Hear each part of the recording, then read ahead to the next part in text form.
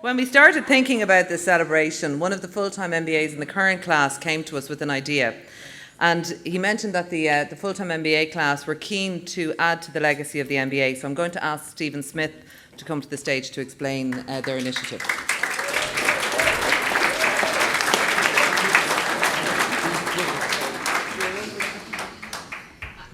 Thank you very much, everyone. Now, Professor Cunningham, you're a very tough act to follow. But I'd just like to begin by reassuring you all that I timed my speech earlier on today, and it was running at 24 and a half minutes, so we're all just sit back and relax. For those of you who don't know me, my name is Stephen Smith, and I'm a member of the full-time MBA programme. And for the last couple of weeks, we've been making a short film to go with this dinner tonight, which features some alumni and some academics. And I just would like to say that it was a real privilege to meet all of you who came out to the school. And I want to thank you all for taking part. I would also like to say, John Travers is in front of me. I want to apologise sincerely. There was to keep the Ryanair team going. There was some double booking going on the Thursday in question. So John very kindly came back the following day and gave a great interview, and some of which you'll see in the next few minutes. Now, to talk with the guys from the first class and the first decades, to get a snapshot of what Ireland was like during that time was really fascinating. For today's MBA class, we cannot really comprehend what it was like at that time. And now, what I found most interesting was that the motivations for doing an MBA in 1964 are, funnily enough, the same motivations that I have today for doing my MBA, and that is to learn how to manage people and time more effectively. After listening to you all talk about your experience on the programme, and when I put that with my own experience at the beginning of my MBA journey, I'm relieved and excited in the knowledge that I've made the right decision to do this MBA. I'm in the right school, being taught by the best lecturers in the world. Philip, my eyes on you. So no good grades expected now, you know. I'd like to mention the best classmates I could have hoped for. I tell you, I skip out of bed every morning. I sing in the shower, and I give plenty of cheek in class. It's like heaven on earth. So before we hit play, I would like to thank a couple of people. My co-producers in particular from the full-time class, Fergus O'D. Now, Fergus's wife, Rebecca, just said to me there a minute ago that Fergus, as much as he enjoyed taking part in this project, he will not be becoming a TV producer. He was going to get a proper job. And Rob Power, who couldn't be with us tonight. Now, Rob is sitting a financial reporting exam in Smurfit, unfortunately, at the moment, so our prayers and thoughts are with him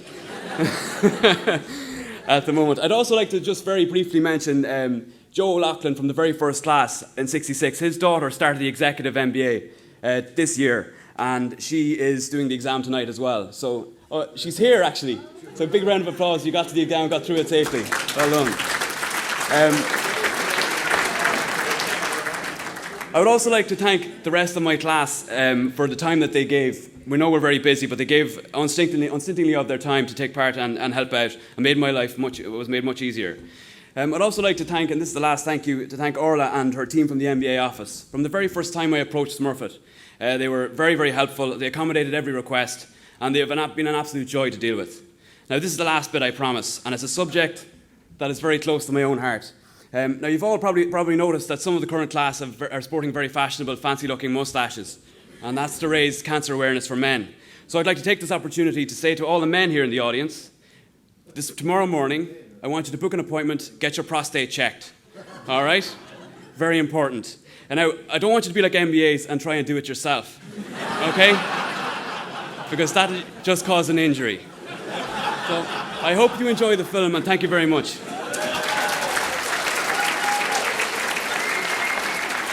One of the things you get told when you start teaching MBAs, and I've been teaching MBA for about 10 or 11 years, is, you should never show any blood in the water, because MBAs are like sharks, they attack. Backchat, cheek, argument, debate, discussion, disagreement. For anybody lecturing in an MBA class, is they think, be quite certain there's somebody in front of them who knows as much as they do about their own subject. And that concentrates the mind wonderfully. You were bound to get students whom you felt were better than you in many respects, and had some very important insights. And in addition to that, of course, you were aware that most of the others probably felt that they did know more than you. But of course, you could cope with that okay. The whole setup was so completely different. It's almost impossible. It's like talking about another world. None of us had computers. You didn't have mobile phones. This was a time when to have an IBM Golf Ball typewriter was exotic. Punch cards were seen as a very advanced method of data processing. So it's very difficult for people in today's environment to understand where we were coming from at that time. I can remember my mother telling me that you could now get a barbecued chicken. You could buy a chicken roasted. Which I thought was fascinating and funny because, of course, in the States you got all of these things, but the barbecue chicken had arrived in Ireland in 1964. Big breakthrough.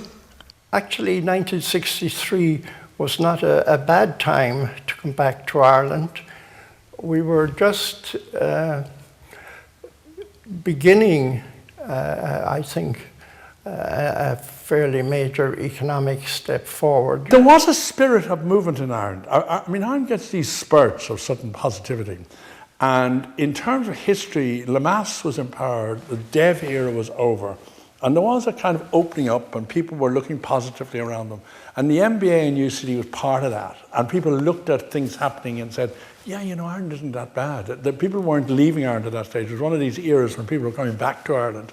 In those days, management was pretty much an art rather than a science. And in 1963, I had taken a course with the Irish Management Institute because I had been recently appointed as manager and become interested in the whole science of management as opposed to the art which had been practiced, perhaps black art.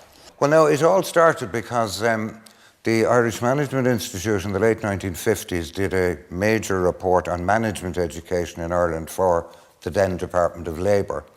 And that recommended that all the universities, in fact, in Ireland should, in fact, have postgraduate qualifications in management. And Michael McCormick picked up on that. That was, in a way, why he was the leader of that. And he pushed it then with great difficulty through UCD at the time. There was a lot of resistance. It wasn't even considered academically respectable, you know, as a programme. But Michael had some ferocious rights. I mean, I remember him coming back from meetings, bruised and battered and so on, and he would be down, a little downcast for maybe 3 or 4 minutes, and then he'd get up and he'd find another way around or over or under or whatever to get what had to be done to be done.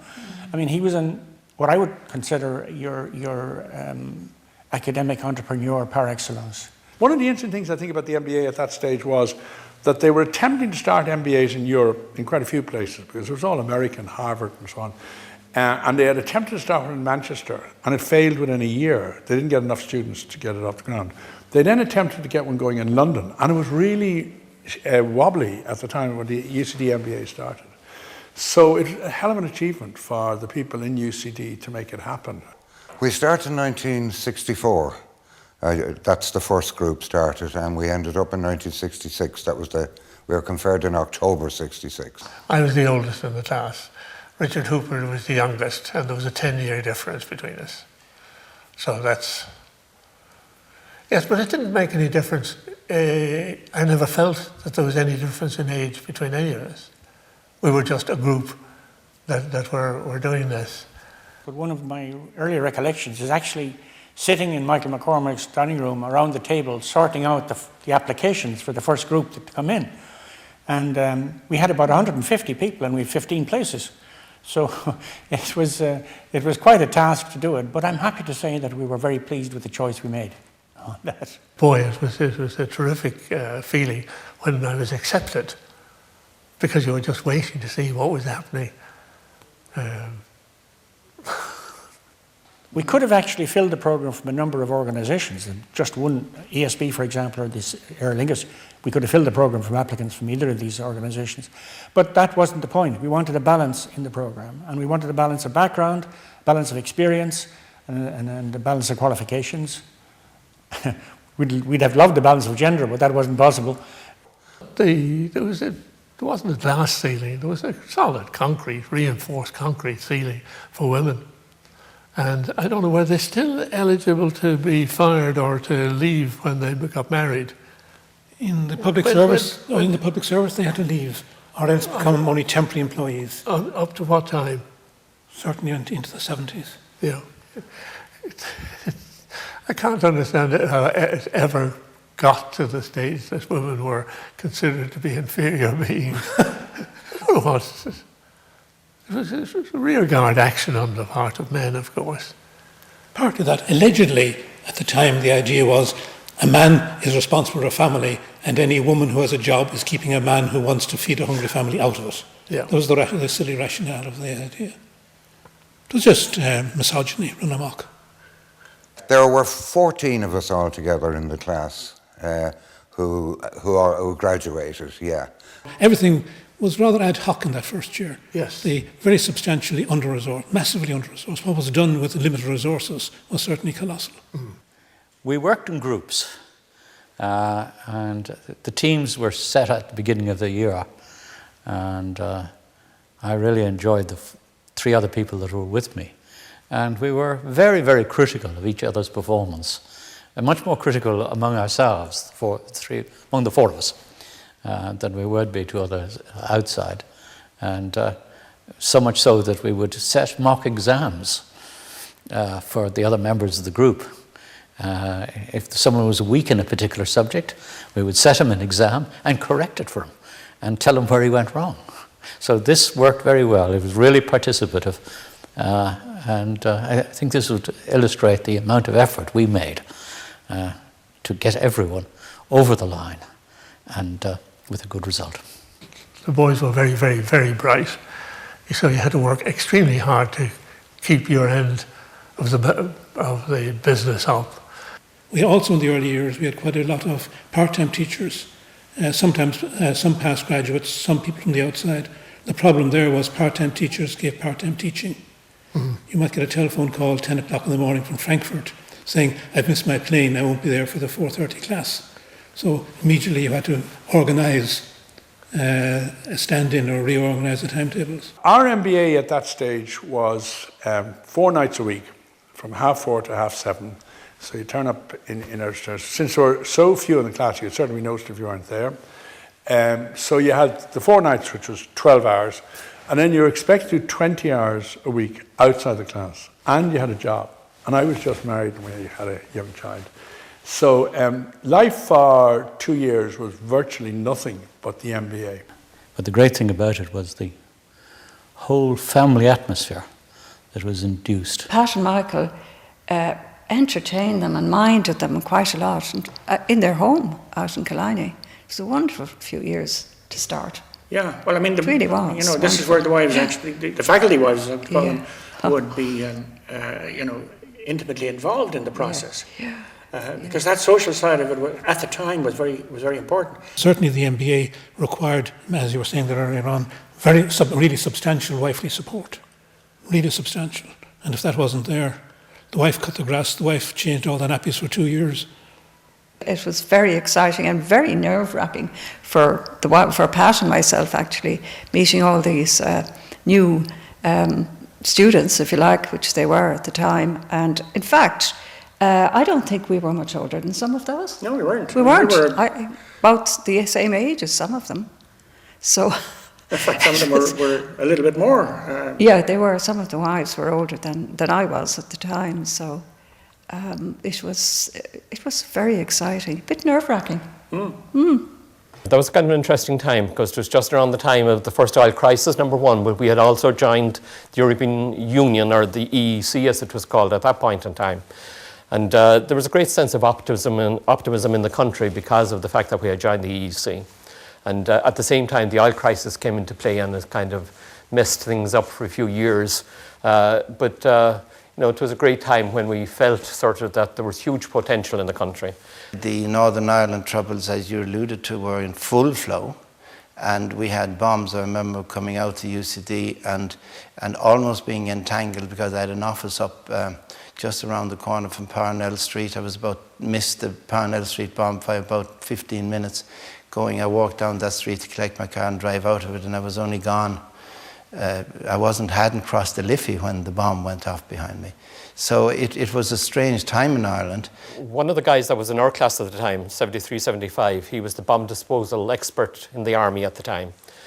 And the IRA were fairly active at the time. The cross-border campaigns were going well and everything like that. And he had dismantled some of the IRA bombs up around the border, and he was under threat from the IRA, for a number of reasons. So he used to go around armed. So he used to arrive in class with a revolver in a holster under his arm. And it was surreal at the time to see this guy in the class with a kind of, when he threw back his jacket, you see the revolver poking out from the holster. And the funny thing was that none of the lecturers, they ever challenged him on anything during the course of the debates, and that's probably the reason why.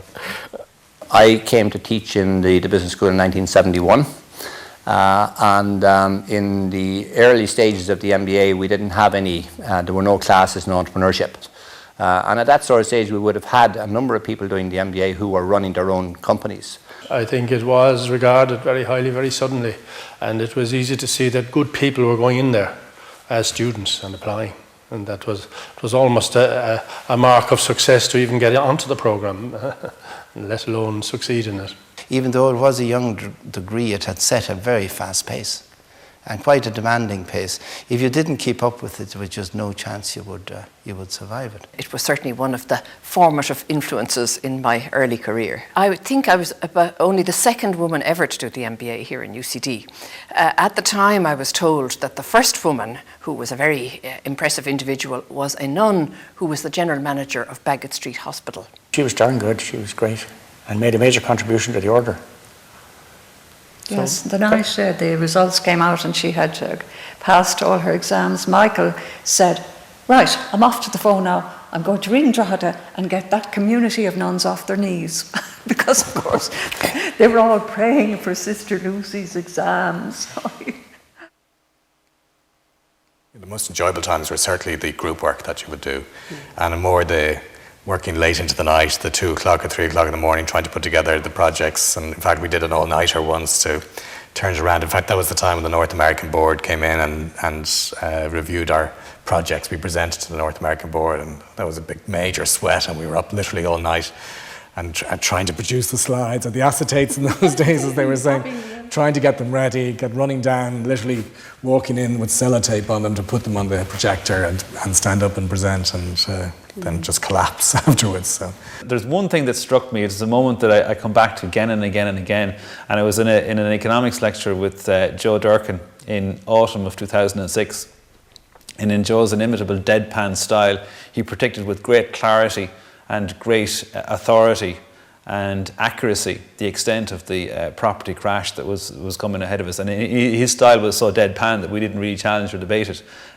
but it is quite remarkable at the time that he predicted the mother of all property crashes coming down the road as an absolute certainty. And I always think back on that as a really significant day. Didn't know anything about marketing, and Barry O'Leary was our lecturer at the time, and he asked the question at the very start. He said, tell me, class, he said, what would you like to get out of this class, this marketing class? And I put up my hand and I said that I didn't, what I wanted him to do was prove to me that marketing was not a pile of old pony. So at the end of 12 weeks, I had to stand up in front of the class and say, congratulations, Barry, marketing is not a pile of old pony. So I was one of these characters who had the early block phones, if anybody remembers those, the first mobile phones. So my most embarrassing moment was, of course, when the first time that the mobile phone goes off in the class in 1990. Our one was Glen Abbey. Yes. Tights, Dan and Bray. But actually you helped me with that, JP, because you weren't in our group, but we were struggling with this because the Glen Abbey brand was very old-fashioned, and they wanted to present a new image, but they wanted to hold on to the traditional name of the brand because it was very well known. So you gave me the idea that we'd put kind of a sub-brand on it. We'd have impressions by Glen Abbey and whatever else by Glen Abbey and all that. So that was our way of marketing it. It was a company down in Bray. I'm sure it's long gone, I don't know. I haven't seen the tights in a while. I really wasn't sure who I was or what it was I was going to end up spending my life working at. And I was 28, still relatively young, but at 28 I felt I should be further along in my career than I actually was. But the wonderful thing, I suppose, about meeting 22 others or 21 others was that they had similar questions to answer. For me, the whole MBA really generated the business that I'm in and working at now. And now we have a strong product where we're exporting to a number of countries in Europe and further afield. One of my proudest moments of doing the MBA programme was winning or captaining the winning team for the MBAI Strategy Forum last year, which was a really great moment. I think it is really important to encourage more women to do the MBA. I mean, I'm surprised that in fact the figures haven't significantly balanced over more recent years. I'd like to see more women doing the MBA. I think having diversity in the class over the 2 years in different professions and industries really helped my learning of the MBA, and it's probably one of the best things about the MBA. What I think an MBA does, it helps ordinary people, it gives them extra to do extraordinary things. So what's happened, I suppose, since I've left the MBA or during the MBA, I've created a charity. It's in my own mind, it's going to be the biggest charity in the world. It's corny, but what you put into it is what you get out of it. So really, it's up to the individual and the drive and the enthusiasm that they put into it that will help the results in the end.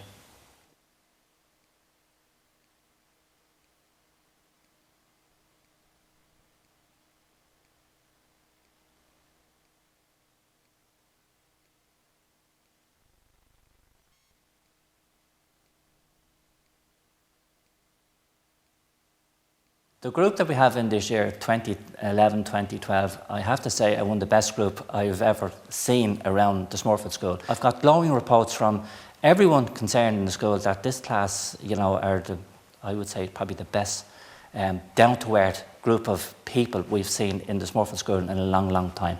The thing I like the most actually is when you see a class come in and you meet people and you hear about their aspirations and what they want to do. And then when you actually see a class come together and actually see them bond over the year and get to know each other and create friendships that you never get the chance to create in your 30s and 40s. Approaching the class the first day, I think very quickly what you want to do is set the temperature and set the tone. So the way we try to do that is we try to get people involved in thinking about how they want to organise the class and in a way seduce them into thinking that they're going to organise the class they want to do it. And knowing really that in your back pocket you have the plan for the class and you've anticipated most of what they're going to say. You really cannot go into an MBA class without being really well prepared, without having really good examples. One of my first classes was the MBA in management accounting. I was 25 years old and I was teaching MBA students, and that was a bit of a white knuckle ride, I have to be honest. I would regularly expect to get called 3 or 4 times a class where somebody would say, actually I'm not really sure you're right on that. A fellow in the class put up his hand and said, no, and it doesn't mean such and such, it means something else, you know. I said, okay, well I don't know if that's right, I think it means whatever I said originally. And then again, a bit of inspiration, I said, well, I mean, how do you know that you're right? And he says, well, I'm the guy who drew up that chart in the Central Bank report. The MBA plays a very strong role in business. It's probably the premier qualification that prepares people for senior leadership positions in organisations. No academic qualification stands out for them and for us more so than an MBA qualification. One of the things I really like to crack, and it's a difficult one because it's a conversation we have to have, is around values and the values of business. What will the next generation have learned in UCD that will be different from the previous generation, that will make business different, that will make society different, that will make the Irish experience more mature than it was in the last 5 or 10 years?